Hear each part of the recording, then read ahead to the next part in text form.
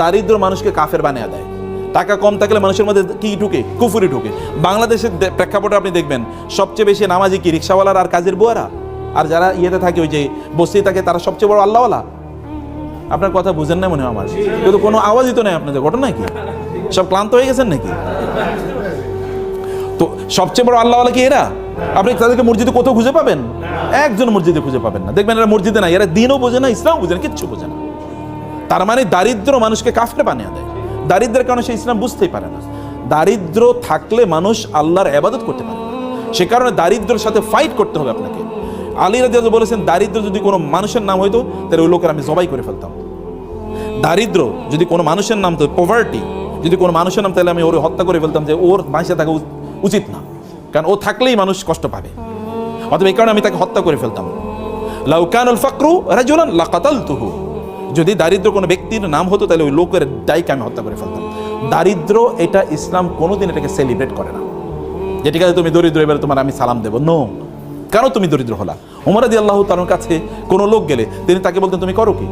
বলে কোনো কাম করি না। বলে যাও আমার কাছ থেকে সরো, যে দুনিয়ার কামও করেন আখেরাতেও কাজ করে, অথর্ব স্টুপিড, এই স্টুপিড যেন আমার সামনে না আসে।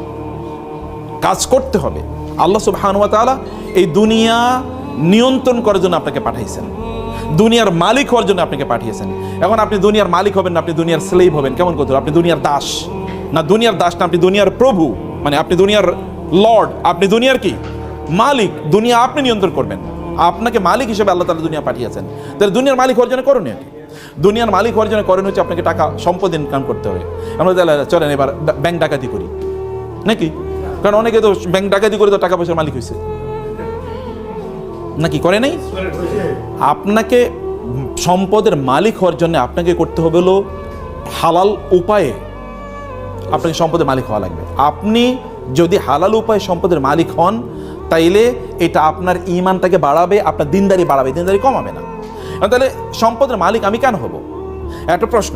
আপনি তো সম্পদের মালিক হওয়ার অনেক পথ আছে, আপনি করবেনই, কিন্তু সম্পদের মালিক কেন হবেন? আপনি সম্পদের মালিক হওয়ার আপনার এক নাম্বার কারণ হলো আপনি সম্পদের মালিক হলে আপনি দিনই কাজ ভালো করে করতে পারবেন, আপনি ইবাদত ভালো করে করতে পারবেন। আপনার জামা কাপড়গুলো সুন্দর, একটু মসজিদে গেলে ভালো লাগবে, গন্ধ গায়ে থেকে গন্ধ বাইর হবে না। সুন্দর একটু জামা পরে আপনি সেন্ট পারফিউম ব্যবহার করে আপনি যাবেন, তাহলে আপনার একটু মনটা ফুরফুরা লাগবে। আপনি নিজের আপনার পরিবারকে বাসায় গেলে আপনার ওয়াইফ বলবে না তুমি কি আজকে মাছ নিয়ে আসছো? নিয়ে আসো না, যাও দরজায়, আজকে দরজায় কলা হবে না। বাজার থেকে আজকে মাংস নিয়ে আসার কথা ছিল, পোলাপাইন কান্নাকাটি করতেছে, পোলাপাইনের পড়াইতে পারতেছে না, ওদের এটা নাই সেটা নাই, সারাদিন আপনার এগুলি শোনা লাগে। এই কারণে আপনি মনে করেন বাসায় যাবো না, বসে বসে সিনেমা দেখি বাইরে নাকি, অথবা বন্ধুদের সাথে আড্ডা দিই। এখন আপনি আড্ডা দেন, বাচ্চারাও আড্ডা দেয়, স্ত্রীও আড্ডা দেয়, আপনিও আড্ডা দেন, পুরো একটা জাহান্নাম হয়ে গেল। আপনার যদি সম্পদ থাকে, টাকা পয়সা থাকে, তাহলে আপনি ফুরফুরা মেজাজে বাসায় গেলেন, যা যা লাগে সব নিয়ে গেলেন, বাসার লোকেরও খুশি, আপনিও খুশি। এবার আপনার ইবাদত করেন, আপনার দিনদারি করেন, কোনো সমস্যা নেই। এটা এক নম্বর জিনিস। দুই নম্বর জিনিস হলো দিনদারি। যে সকল প্রতিষ্ঠানগুলোতে দিনদারি হয় ওই সকল প্রতিষ্ঠান নির্মাণ করবে কারা? কাফেররা না মুশরিকরা? হ্যাঁ, যেই প্রতিষ্ঠানে দিনদারি লাগবে, যেমন ধরুন মসজিদ নির্মাণ করবে কে? তো মুসলমানের টাকা না থাকলে মসজিদ নির্মাণ করবে কি দিয়ে? আচ্ছা, মাদ্রাসা নির্মাণ করবে কি দিয়ে করবে? কে করবে? তো মুসলমানের টাকা না থাকলে কোত্থেকে করবে? আপনি আল্লাহ সুবহানাহু ওয়া তাআলা আমাদেরকে বলেছেন নামাজ আদায় করার জন্য, কিন্তু তার সাথে আরেকটা জিনিস করতে বলছেন, সেটা কি বলেন তো? নামাজ আদায়, নামাজ পড়ো যাকাত নাও, নামাজ পড়ো যাকাত নাও, নামাজ পড়ো। আমি তো কিছু জাকাত নাও, আপনারা বুঝতেই পারেন নাই। নামাজ পড়ো জাকাত নাও আল্লাহ বলেছেন নাকি? না বলছেন কি নামাজ পড়ো? আপনি কি ভিক্ষা করে জাকাত দেবেন নাকি? তাহলে আপনাকে টাকা উপার্জন করে নামাজ যেরকম ফরজ, জাকাত দেও কি? কারণ আপনি বলবেন আমি নামাজ পড়ি সুবহানাল্লাহ, আলহামদুলিল্লাহ, আমি অনেক ভালো আছি, তো জাকাত কে দেবে? নামাজও তো পড়তে হবে, জাকাতও তো দিতে হবে। তো জাকাত দিতে হলে কি হতে হবে? সম্পদের মালিক হওয়া লাগবে, নাহলে আপনি জাকাত দেবেন কোত্থেকে? জাকাত কি ইবাদত না? জাকাত কি ফরজ ইবাদত না? জাকাত দিলে কি আপনার সওয়াব বাড়ে না? জাকাত দিলে কি আল্লাহর কাছে সম্মান বাড়ে না? তো আপনি কেবল জান্নাতে চলে যাবেন নামাজ পড়ে, জাকাত না দিয়ে আপনি জান্নাতুল ফেরদৌসের মালিক হয়ে যাবেন? নো, জাকাত দেওয়ার মালিক হওয়া লাগবে। তো জাকাত দেওয়ার মালিক হতে হলে কি লাগবে? টাকা ইনকাম করতে হবে, সম্পদ ইনকাম করতে হবে। সম্পদ ইনকাম না করলে আপনি কেমনে করবেন? এখন আমরা সম্পদ ইনকাম করতে পারছি না, আমরা এখন হয়ে গেছি কি জানেন? আমরা কেবল এখন হচ্ছে কনজিউমার হচ্ছে আমরা ভোক্তা। যেমন দেখবেন আপনি, ওরা ইহুদিরা জিনিস বানাবে আপনি কিনবেন, খ্রিস্টানরা জিনিস বানাবে আপনি কিনবেন, আর আপনি খাইবেন, বলবেন আলহামদুলিল্লাহ, তৃপ্তি বল আলহামদুলিল্লাহ, সুবহানাল্লাহ, আল্লাহ খ্রিস্টানদেরকে আমাদের সেবক বানাইছে। বুঝছেন এরকম কি না? আপনি বলছেন খ্রিস্টানরা সেবক বানাইছে, আল্লাহ তাআলা খ্রিস্টানদেরকে ইহুদিদেরকে আপনাদের সেবক বানাইছে, ওরা জিনিস বানায় আর আপনি খান বৈশা বৈশা, আর আপনি বুঝেনই না যে আপনি সব ওদেরকে দিয়ে দেন, আপনি ওদের দাসে পরিণত হয়ে গেছেন, আপনি ওদের কৃতদাসে পরিণত হয়ে গেছেন। আপনি বলেন যে আপনি অনেক ভালো আছেন, কিন্তু আপনাকে যদি বলা হয় আপনি কি আমেরিকা যাবেন, বলে ভাই প্রয়োজনে সেজদা দিব তারপরে আমেরিকা যাবো। এই পৃথিবীর মানুষের সবচেয়ে স্বপ্নের জায়গা কোনটা? ইউরোপ, আমেরিকা না? দেখেন না বাংলাদেশের লোকেরা, তারা হারাম কি হালাল কি কোনো কিছু বাঁচে না, তারা ইউরোপে যাবে, ওইখানে গিয়ে ইসলাম পালন করতে পারবে কি পারবে না, কোনোটাই না। আচ্ছা, এই পৃথিবীতে সবচেয়ে বড় রিফিউজি থাকে কোন সকল দেশে? ইউরোপ আমেরিকাতে সবচেয়ে বড় রিফিউজি, সবচেয়ে বেশি অ্যাসাইলাম মানুষ যায় কোথায় থাকার জন্য? ওইখানে। ওয়াও, এটাই তো দেখি জান্নাত। তো এই জান্নাত বানানোর কথা ছিল আপনাদের, ওরা পণ্য বানায় আর আপনাদের কাছে বেসে আর আপনাদের জাহাজ ভরে আপনাদের টাকাগুলো নিয়ে যায়, আর আমরা মনে করি যে আমরা কি ভালো একজন কনজিউমার। পণ্য তো আপনাদের বানাতে হবে, বানায় আপনাদের বেচতে হবে। আপনাদের পূর্বপুরুষের দিকে তাকান, আপনারা সিনবাদের কথা শুনেছেন না? আচ্ছা, সিনবাদরা করছে কি? সেই আরবের লোকেরা যদি মনে করতো যে আমরা আরব দেশে থাইকাই আমরা কি কেবল দিন প্রচার করবো, তাহলে কি আমরা মুসলমান হইতাম? আচ্ছা, আরব দেশের লোকেরা এখানে আসছে কিভাবে? ওরা তো পণ্য বিক্রি করার জন্য এসছে, বিজনেসম্যানরা এখানে এসছে। কোন দিক দিয়ে এসছে? তারা এসে হলো ওই যে আরব সাগর থেকে ইন্ডিয়ান ওশিয়ান মানে ভারত মহাসাগর হয়ে বে অফ বেঙ্গল এই বঙ্গোপসাগরে আসছে। এরপরে ওই যে চিটগং শব্দটাই তো সাতিগাং। গাং মানে কি? গাং মানে নদী, আর সাতিউন মানে আরবি শব্দ। এটা চিটগং শব্দটা আরবি, সাতিগং হচ্ছে নদীর কুল, নদীর উপকূল, মানে ওইখান দিয়ে এসে তারা এখানে থাকতো। এইখান থেকে তারপরে তারা মালয়েশিয়া যেত, এখান থেকে তারা ইন্দোনেশিয়াতে যেত। মালয়েশিয়া ইন্দোনেশিয়াতে নাইলে ইসলাম গেল কিভাবে? জাহাজে গেছে। তখন কি জাহাজ ছিল? তখন কি আপনার প্লেন ছিল? না, এই নৌকাই তো, এই নৌকা দিয়ে তারা বড় বিশাল বড় ইয়ে ছিল কি বলে পাল, এই পাল তোলা নৌকা বা জাহাজে তারা এখানে ইসলাম নিয়ে এসে পণ্য বিক্রি করতে এসে। কিন্তু পণ্যের সাথে তারা কি বিক্রি করছে? তারা ইসলাম সেল করেছে পণ্যের সাথে।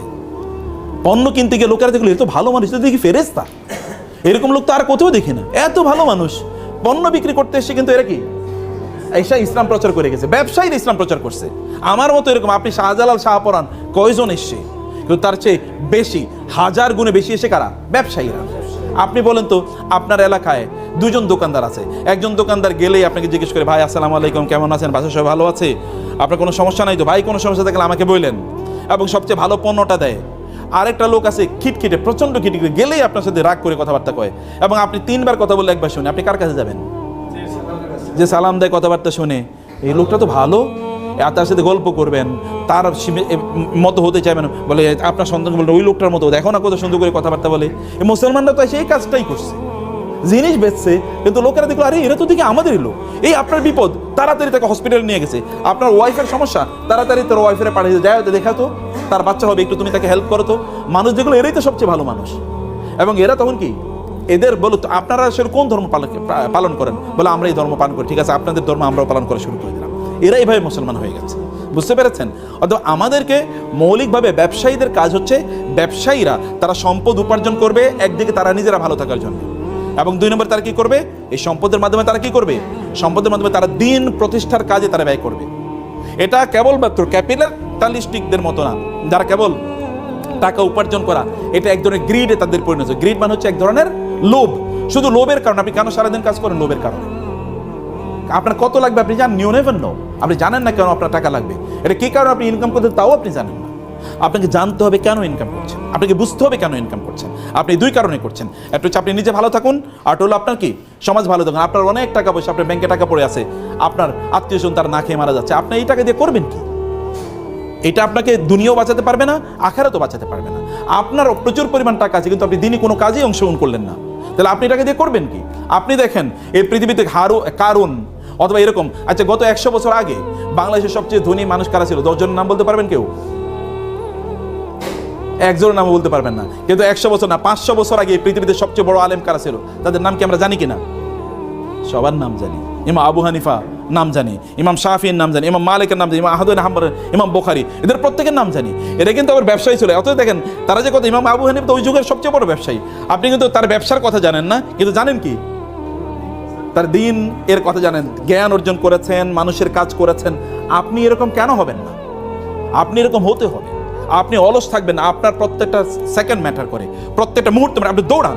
লাফি আমালি দুনিয়া ওয়ালাফি আমালির আখিরা, এটা হবেন না। হয় দুনিয়ার কাজ করেন অথবা আখিরাতের কাজ করেন, দুটো করবেন। দুনিয়ার কাজও করবেন, আখিরাতের কাজও করবেন না, অথবা কেবল দুনিয়া করবেন আখিরাত করবেন না, অথবা কেবল আখিরাত করবেন আর দুনিয়া করবেন না। এটা না, ইসলাম বৈরাগীর ধর্ম না। ইসলাম বৈরাগীর ধর্ম না যে আপনার তবলা নিয়ে ঘুরবেন আর গান গাইবেন আর হিন্দুদের মতো করে ওদের ওই যে ইয়েদের মতো করে, অথবা বৌদ্ধদের ভিক্ষুদের অথবা খ্রিস্টানদের ফাদারদের মতো করে বিয়ে শাদী নাই, টাকা পয়সা ইনকাম করা যাবে না, এগুলো না। নো, আপনি সব কিছু করবেন ওমর রাদিয়াল্লাহু তাআলার মতো। আপনি আধা পৃথিবীর অর্ধ পৃথিবীর শাসক, কিসের ডোনাল্ড ট্রাম্প আর কিসের আপনার ওই যে জো বাইডেন অথবা কিসের বারাক ওবামা, কিসের বিল ক্লিন্টন, ওইরকম 1 কোটি বিল ক্লিন্টন আনলে একটা ওমরের পায়ের কাছেও কি একটা নখের সমান না, এত ক্ষমতা ওমর রাদিয়াল্লাহু তাআলা আনহু, এত পাওয়ারফুল, আধা পৃথিবী শাসন করেন। কিন্তু তারপর রাতের বেলা কি নামাজে তাহাজ্জুদের মধ্যে দাঁড়ায় কাঁদেন, আল্লাহ তুমি কি আমাকে ক্ষমা করে দিয়েছো নাকি ক্ষমা করো নাই, এবং বলেন আল্লাহ ফোরাত নদীর তীরে যদি কোনো কুকুর না খেয়ে মারা যায় তাহলে তো আমাকে তুমি জিজ্ঞেস করবা, এবং এই কারণে লোকদেরকে বলেন খবরদার কোনো কুকুরের যেন না খেয়ে না থাকে, কোনো কুকুরের খাবারের জন্য এরকম না হয় তাকে প্রোভাইড করা না, তা অবশ্য প্রোভাইড করতে হবে, তা নিশ্চিত করতে হবে, রাস্তা মসৃণ করতে হবে। সে ফোরাত নদীর তীর অর্থাৎ ইরাকে 1000 মাইল দূরে, সেখানে রাস্তা যেন মসৃণ হয়। আপনাকে এরকম মানুষে পরিণত হবে। যুদ্ধ করবেন কি দিয়ে? আপনি টাকা দিয়ে তো যুদ্ধ করতে হবে। আপনি ধরুন ইসলাম প্রচার করবেন, এখন আপনি ইসলাম প্রচার করার জন্য আপনি একটা মাহফিল করবেন, টাকা লাগবে না? এবার ভিক্ষা করবেন?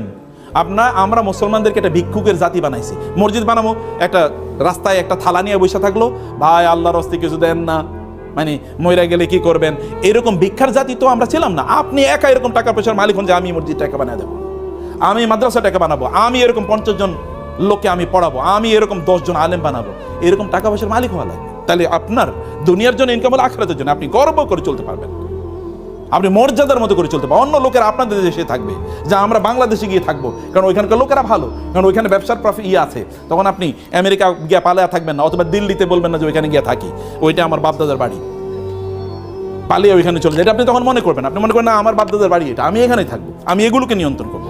You will have to do it.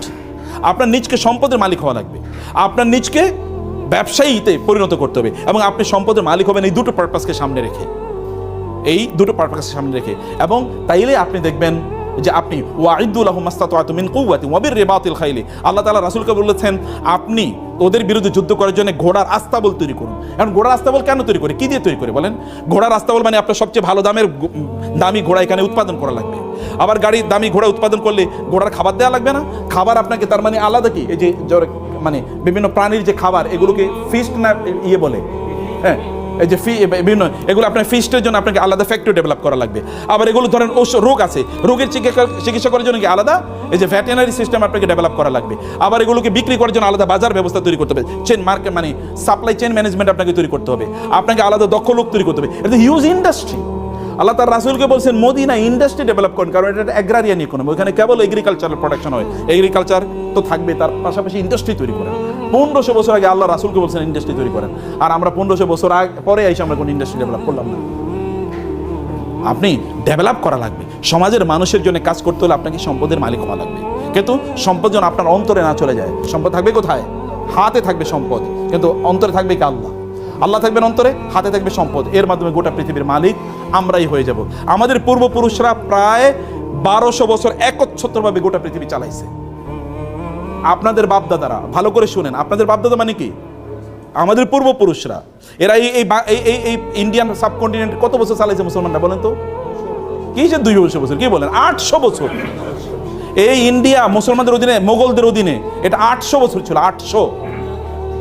Europe, এই যে আজকে যে ইউরোপ দেখতে পাচ্ছেন আপনার, এত ইন্ডাস্ট্রিয়াল ডেভেলপমেন্ট, এই পুরো ইউরোপ তৈরি করছে মুসলমানরা। ইউরোপের লোকেরা আগে বছরে তারা 2-3 দিন গোসল করতো, যেমন সাহাবাগীরা বছরে 1-2 বার গোসল করে।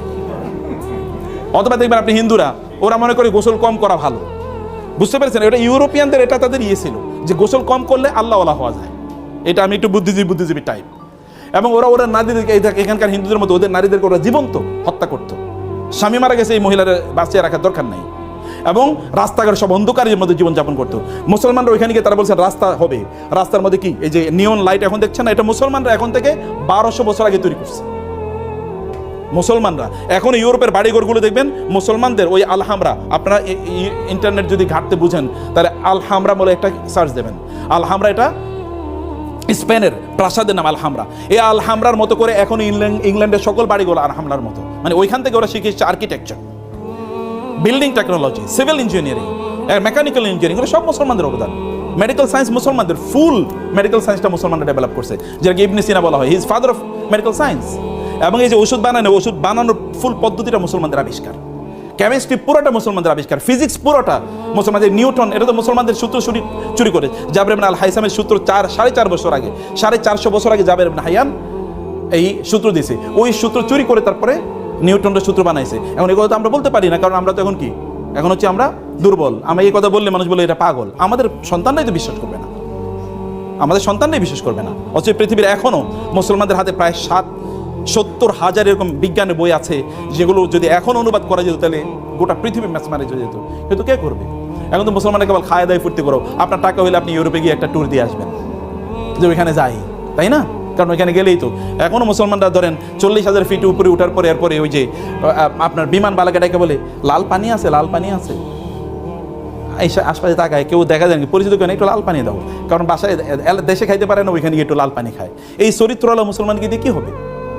আপনাকে চরিত্রবান হওয়া লাগবে, টাকা পয়সার মালিক হন, গোটা পৃথিবী নিয়ন্ত্রণ।